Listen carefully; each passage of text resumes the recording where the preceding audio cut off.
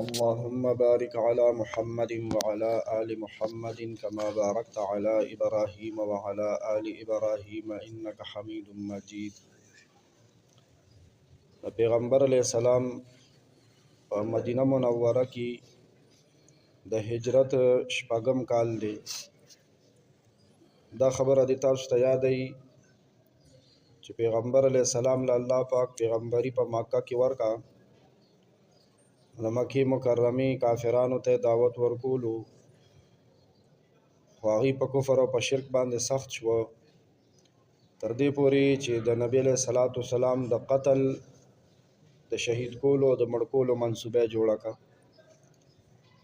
الله پاک نبی علیہ السلام مدینه منورې ته بوتلو، هجرت وکړو. د هجرت په دویم کال باندې ابو جهل لښکر تیار کو او د نیت او اراده وه چې کلمه ختمومه، د مخ د ځمکې نه پیغمبر ختمومه، مسلمانان ختمومه، اسلام ختمومه، قرآن ختمومه، دین ختمومه. دین او کلمه او قرآن اوس هم ژوندی دی او زنده باد دی، او ابو جهل پکې مردار شو. یعنی دی ورپسې لاړه. زما د خبرې مطلب دا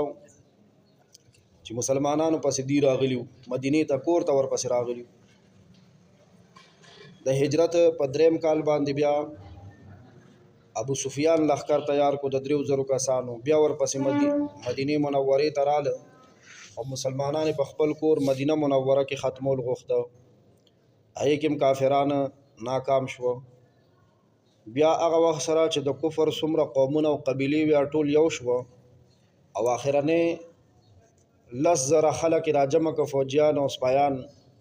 او په مدینه منوره باندې په دا ځل ډېره مضبوطه حمله او چړهیي وکړه چې دا ټول ختمو. هغې کې هم ناکام شو.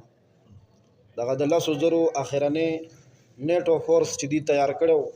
متحد دا قبایل ورته یو شوي وو، چې هغوی کله ماتې وخوړه نو د هغې نه بعد بیا د کفر زور مات شو. بیا به نبی علیہ الصلوۃ والسلام ورپسې لښکرې لیږلې. تر دغه وخته به کافر نبی علیہ السلام پسې مسلمانانو پسې کور ته راتله. اوس الله پاک د نبی علیہ السلام سپایانو له دومره طاقت ورکړو چې نبی علیہ السلام به ورپسې لیږله. نو د هغه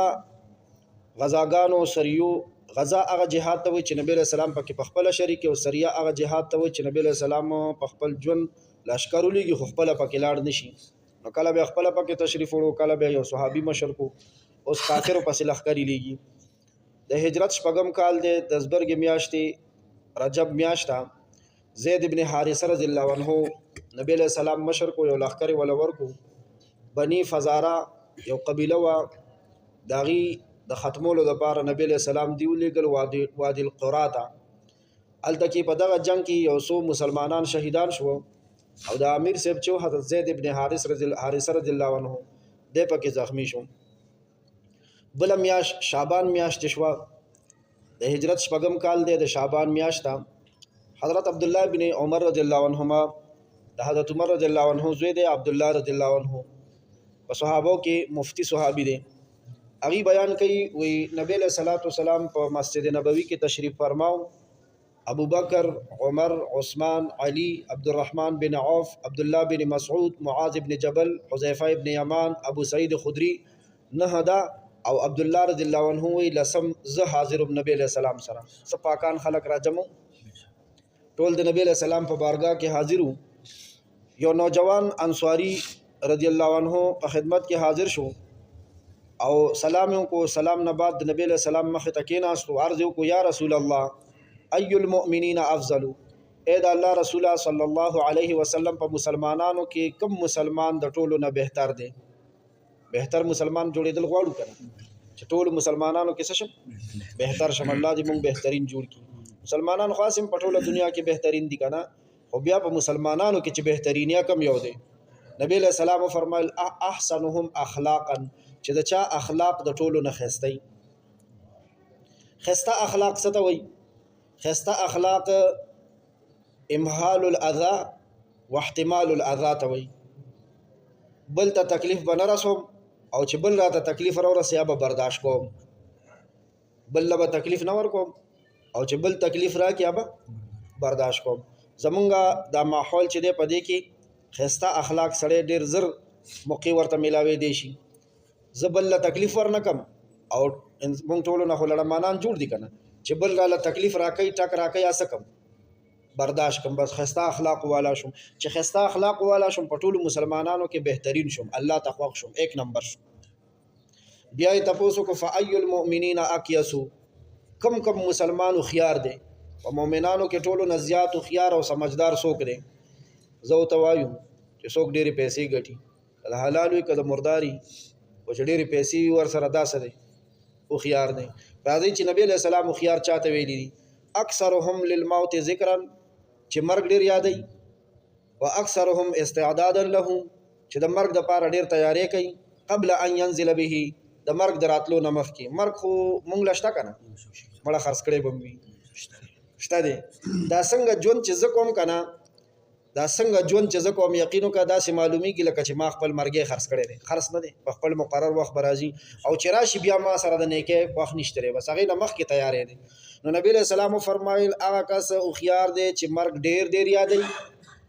د مرګ دپاره د مرګ راتو نه مخکې تیاری کوي اولئک هم الاکیاس. نبی علیہ السلام فرمایل دا زما په امت کې هوښیاران سمجدار خلق دي. انصاری نوجوان خو خاموش شو. بیا د هغې نه بعد نبی علیہ السلام مجلس طرف ته متوجه شو وی فرمایل پنځه خصلتونه ډېر خطرناک دي. نبی علیہ السلام مجلس ته مخاطب شو وی فرمایل پنځه کارونه پنځه خصلتونه خویونه ډېر نهایت خطرناک دي. الله تعالی دې تاسو له وي د دې نه پناه درکړي. نبی علیہ السلام هغه مجلس والاو ته دعا کوي الله دې ما تم تاسو تم ته پناه راکړي او الله تعالی دې د دغه نهایت خطرناک خصلتونو لیدلو نه وي تاسو محفوظ کړي. الله دې ما او تاسو هم د دې نه محفوظ کړي. نمبر 1 نبی علیہ السلام فرمایل کم قوم کې چې بے حیايي کلم کله خورشي ښکاره باره بے حیايي څه شي خورشي په دې قوم کې به طاعون یعنی کینسر او هغه بیماری خوري شي چې کوم مخکې نه وي ښکاره شوي بے حیايي خوره شي. دویم کم قوم چې په ناب تول کې کمې شروع کی په هغې به قحط سالي راشي مشقتونو او سختیانو کې به مبتلا شي ظالم بادشاه به پې مسلط شي. دریم کم قوم چې د خپل مال نه زکات نو باسي په هغې به باران بند شي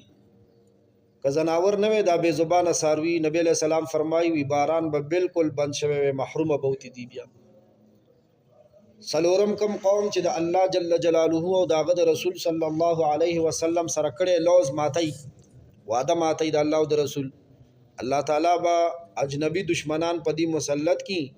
هغه اجنبي غیر خلق به د دې قوم د په لاس کې چې سویا به ترې ټول واخلي ټول به ترې وایي. پنځم چې کوم خلق پیشواګان دي یعنی مشران دي یو قوم ورپسې دی یو ډله ورپسې ده او حاکمان خلق واکداران خلق چې د الله تعالی د کتاب خلاف فیصله شروع کی او متکبر شي سرکش شي نو الله تعالی به دی خپلو کې په باده او دشمنی باندې واړی. دین بعد د دې خبرو اترو نه بعد نبی علیہ الصلوۃ والسلام عبدالرحمن بن عوف رضی الله عنه ته حکم وکړو چې عبدالرحمن زه نن یا سبا ته په یو مهم باندې لګم تیار اوسه. دا یا ساتي صحابه کرام به چې منځله جمعات ته راتله که نه هغې به یوازې جمعات ته نه راتله بس دا به کور کې د ښځې بچو سره الوداعي سلام مو بچو او په ښځه باندې به اخرنی نظر واچولو چې زه مسجد ته لاړم نو نبی علیہ السلام مې کېدی شي ډایرک هم چرته ولیږي او هغې کې شهید شم بیا آرام نه شم. که لا داسې کاته زمونږ زمانه کې وی ښه خوند بیا کړی زه خو باړو جومات ته راتلم نه تاسو نه خبر نه اوس پکې حلالېدل او مړه کېدل نشته دی او د جومات هم کم حال دی د جوماتونو کم حال روژه کې پرونه سهار څلور نیم صفه جمع وه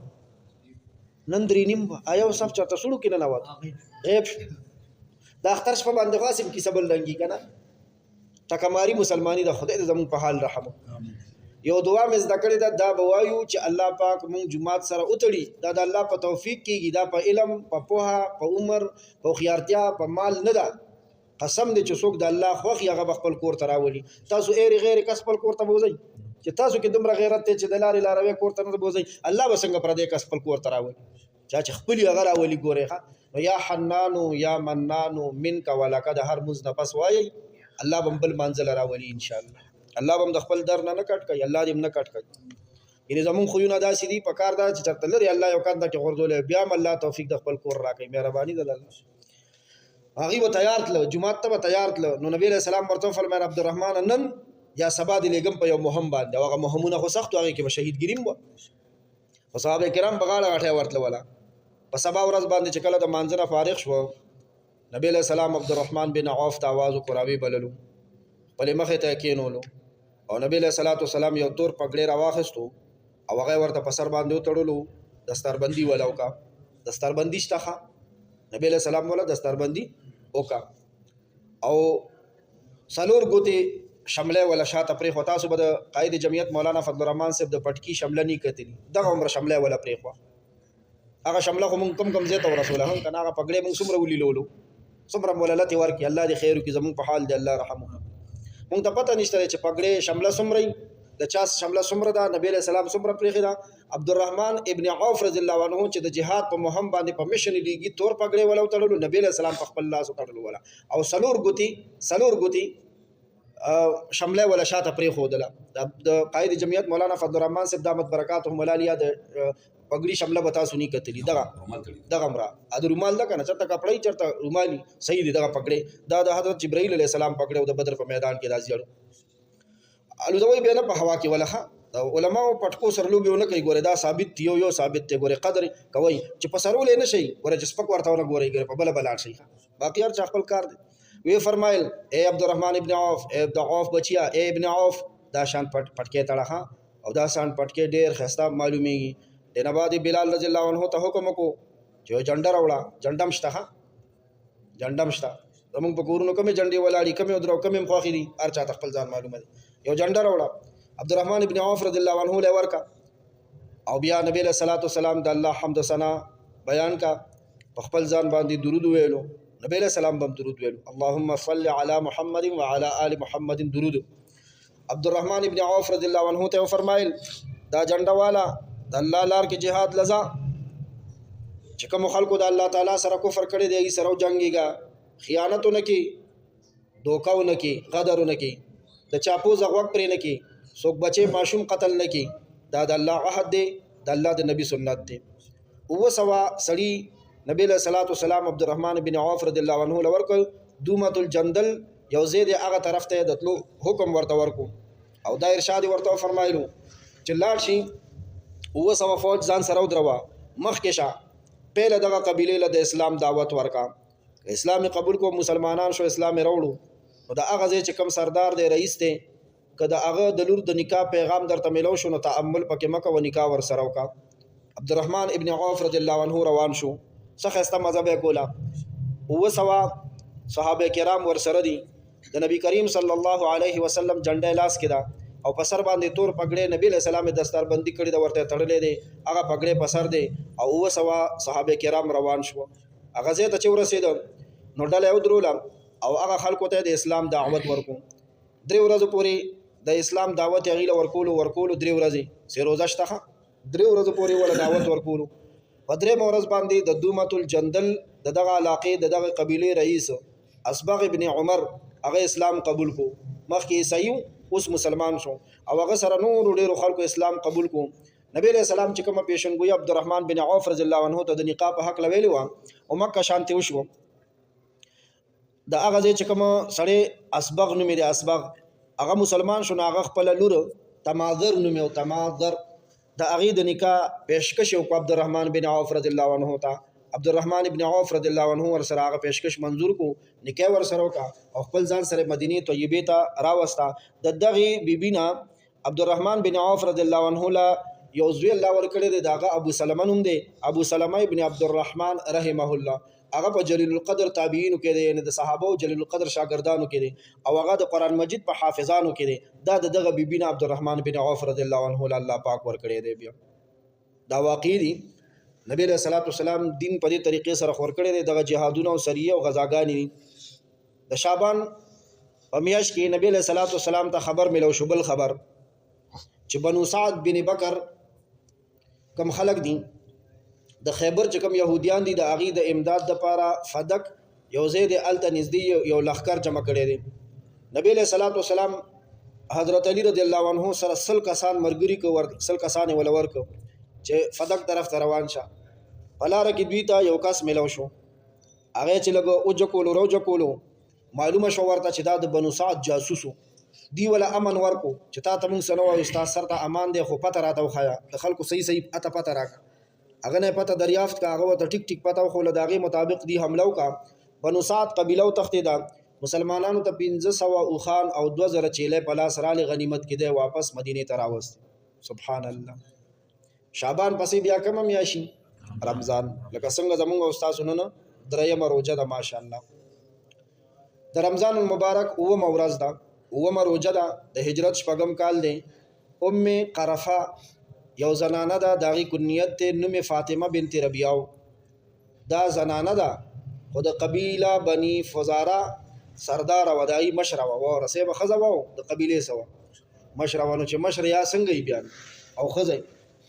زید ابن حارثه رضی الله عنه یو ځل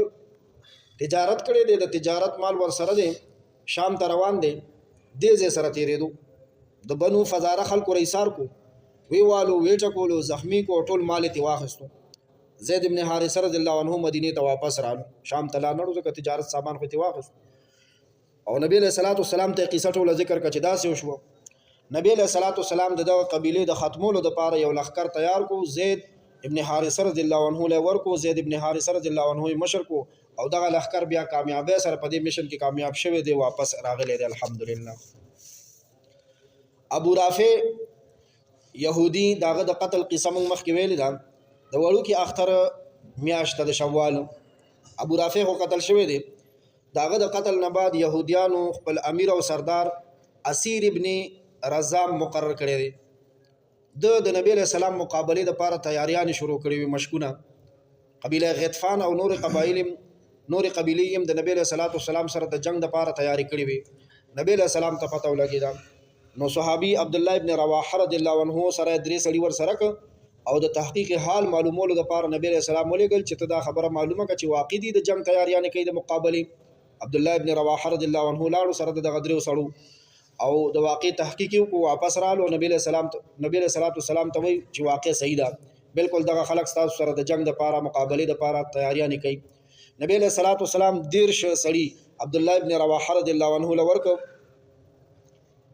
چې دی راو بلا چراشي چې دی سره زبانی گفتگو شي خبرې اترې ور سره وشي اسیر ابن رزام اغم دیرش کسان را وست او روان شو دیرش صحابه دي او دیرش دغه يهوديان دي را روان دي پلار نبی رسول الله دا دیرش صحابه دي د پار لګرو چې دی تراول چې خبرې اترې ور سره وکړو دی اوس وخت ورته داخلك سوي ټیبل ټاک ورته وي که څه ورته وي چې خبرې اترې وکړو نو دیرش اسیر ابن رزام دی يهودي ځان سره دیرش کسان دا روان کړي دیرش صحابه دي دیرش دي يهوديان په یو اوخ باندې دوه کسان سوار دي یو يهودي یو مسلمان فلاره کې دغه يهوديانو نیت بدل شو دا یاد ساتي د روز اول نه د يهوديانو ارادي منتخین دي قران وی د دې تاسو سره دوستی نشته الله وی زید د حال نه خبرم د اوسنی دور د يهوديانو دراتون کې زمانه د يهوديانو الله ته خبر دی کنه دی خبر الله مون خبر کړیو چې ګوره د دې تاسو سره زرم محبت نشته ګوره چې وسه در باندې برشي کنه نو بدی پتا سو کې فساد برپا کوي وجنیم پریدیم نه د وینو تګی دي تاسو د ایمان تګی دي تاسو د ایمان اخلي نو اوس دی را روان دي خدمه زی د دې 150 کسانو د 150 صحابه ته ارادي خراب شي اسیر ابن رزام چې د دې سردارو د يهوديانو هډو هغه په یو اوخ باندې عبد الله ابن انیس صحابي سره په یو اوخ باندې دی يهودي یو ځل تور راويستا په بخیاله کې په عبد الله بن انیس رضی الله عنه باندې چلول چې بسم په روانه کې وته نه سر وهم هو حضرت عبد الله بن انیس رضی الله عنه بیدارو دی به کتو د نقل او حرکت هغه ته پته و چې دا ارامیان دي الله دې زمون په لکه کې دا خبره واچي او د يهوديانو سره مخالفت دی الله زمون په لکه کې واچي موږ ورپسې روان یو مړه یو سره ځوانانو لبکم کله ورکه لکه دی ورپسې بیږي چاپ پسې چاپ یو شان کړي دا خبره نه یو ځل بیا لګ مزل چې شو بیا په حرکت وکړو بیا په عبد الله ابن انیس رضی الله عنه پوه شو دو ځل په پوه شو او عبد الله ابن انیس رضی الله عنه معاف کړي سم شمړه خبرو روان جنگ خو نه کو د جنگ اراده باندې مونږ نه راغلی مونږ تاسو جنگ نه کوو جنگ مونږ لم راځي گزار مونږ لم راځي دا څنګه چې تاسو له الله سنت یو زمونږ دوه سنت یقینو کې دا څه خراب خراب سره کو خدا کسی نه کو زو خبرو لزو اسیر ویل دا ټیک نه کوم بیا پدریم ځل په بیا حرکت وکړو به خبيسانو ته ګوره په دریم ځل چې بیا حرکت وکړو کنه اسیر حضرت عبد الله بن انیس رضی الله عنه روس په سره پته ولګي د گریوان ونیو او ربي غرزول لاندې او سره شروع شو جنگ شروع شو خراب خروب شروع شو تمام دیرش په دیرش يهوديان هلته کې مکه الحمدلله رب العالمین سره وایي مړ الحمدلله رب العالمین ټول عسكر کدال صرف یو يهودي ته په منډه بچ شوی دی پتیخت او مسلمانانو کې الحمدلله یوم نه دی مړ شوی جنگ خو موږ له راضي بیا وي ته ګټ کې وي دیرش واړه زیات او رسول صرف عبد الله ابن انیس رضی الله عنه لغون ته زخمی شو دا خلق مدینه منوره ته رااله نبی صلی الله علیه وسلم له صحابه کرامو نبی علیہ السلام ورته فرمایل قد نجاکم الله من القوم الظالمین الله پاک تاسو د ظالمانو نه بچ کړي الله تعالی بچاو در عبد الله بن انیس رضی الله عنه زخمی وکنه نبی علیہ الصلوۃ والسلام لاړی مبارک را واخستی په زخم ورته کې خو دلی د مخ نه خسته شو هغه د زخم ونه د زخم نشان او په چهره باندې ورته مخ راخ کو لاس راخ کو په چهره په مخ باندې ورته لاس راخ کو نبی علیہ السلام او ورته دعا وکړه عبد الله بن انیس رضی الله عنه تماشا د هجرت شپږم کال دی او د وړو کې اختر میاشت هم دغه میاشت چې کوم کې دا کیسو شو دا واقع او دا جهاد شو کنه بل وره قبیله عقل او عرینا د دې سخلکو مدینه طیبه تراله مدینه پاکه تراله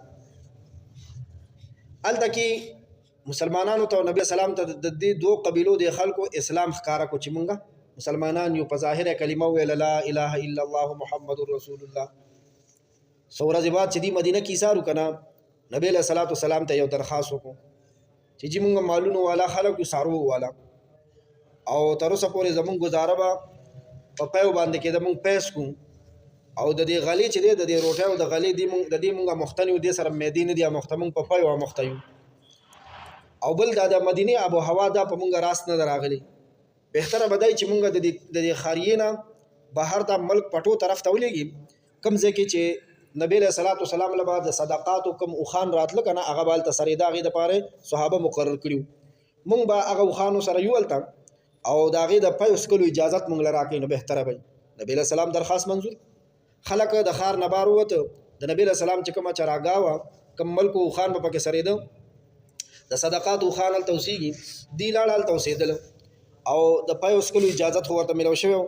سو ورځو کې دی خشوه اتبم تن لاړ صحتمن شو ټیک شو نو دی کې طاقت رالو توانایي پکې رااله نو هغه وخت کې د دوی نیت بدل شو شرارت سوچ ترالو د اسلام نه مرتد شو والعیاذ بالله خوشکاره بارا سي په ظاهر اسلام ویلو کافران شو د نبی له سلام چې کوم د ساربو هغه نوکر او خادمو کنه ایرونی او قتل خو څنګه قتل کو ډیر بد مرګ سره وجلو شهید کو لاسونه خپم ته پرېک وق پوز هم ته پرېک او پسترګو کې ورته ازغي ټومبل د کی کر او خان واخست او ویز غلول نبی علیہ الصلوۃ والسلام ورپسې کرز ابن جابر فهری رضی الله عنه صحابي دی اغله شل سړی ورک ورته دی پاسې ششابه غیسارک هغه ورپسې دومره تیز لاړ دا شل سړی ورپسې دومره تیز لاړ چې دا کسانی دا منافقان کافرانه گرفتار کو گیب سی پیراوست د دې تعداد نه دی خو چې دا څومره دي ګیرک کله چې مخه تراش ویني ول ټول پټول ونیو چرای وسته نبی علیہ السلام حکم کو چې دینه قصاص واخلي بدل دی واخلي او څنګه چې دی زمونږه شپونکې زمونږه څوکیدار او خادم وجلې لري کنه هغه شانتي قتل کوي هغه شان څنګه قتل د دین مخبلا سونه پرې کو او دی لم پسترګو کې یا سیخونه ورته ټومبلیو او یا ازغي ورته ټومبلیو هغه شانتي وک ابتداء خو یاد ساتي د مسلمان د پاره داسې منه ده سخت دشمن وي او د هغه مصلا په دغه کې بدرنګول د مرګ نه بعد نه بدرنګول د په اسلام کې حرام دي او صرف دغه خلکو د عبرت لپاره چې دی داسې کړیو نو دې سره داسې شو آینده د لپاره دم حرام شو بس صرف به کافر وجنی نور وق پوز استرګي او شونډه او ګوتې او لاسونه پرې کول دا پکې نشته مسله نشته ابو سفیان ابن حرب یو ورځ د قریش په دغه مجمع کې دا خبر وکړه چې څوک داسې نشته چې لاړ شي او محمد قتل کی والعیاذ بالله الته کې هغه سره سپهرم نشته محمد بازارونو کې مګرځي راګرځي صلی الله علیه وسلم یو عربي ویل ویزه په دې کار کې ډیر ماهر ما پتا سو زما امدادو کوي نو زبا په دې کار پس لاړ شم ابو سفیان یو خبر کا خرچ ورکو د امداد وعده ور سره وکا هغه عربي خنجر او پیچکوز ځان سره واخیسته او مدینه طرف ته روان شو. نبی له سلام دغه وخت کې د بنو اشهل په جماعت کې تشریف فرماو. دا عربي مخې ته را روانو. نبی له صلوات و سلام په دغه ټیم کې چې دی ولیدو واقع کې مخ کې سو شو بیا سبا وایي ان شاء الله. یا ارحم الراحمین ذل جلال والاکرام.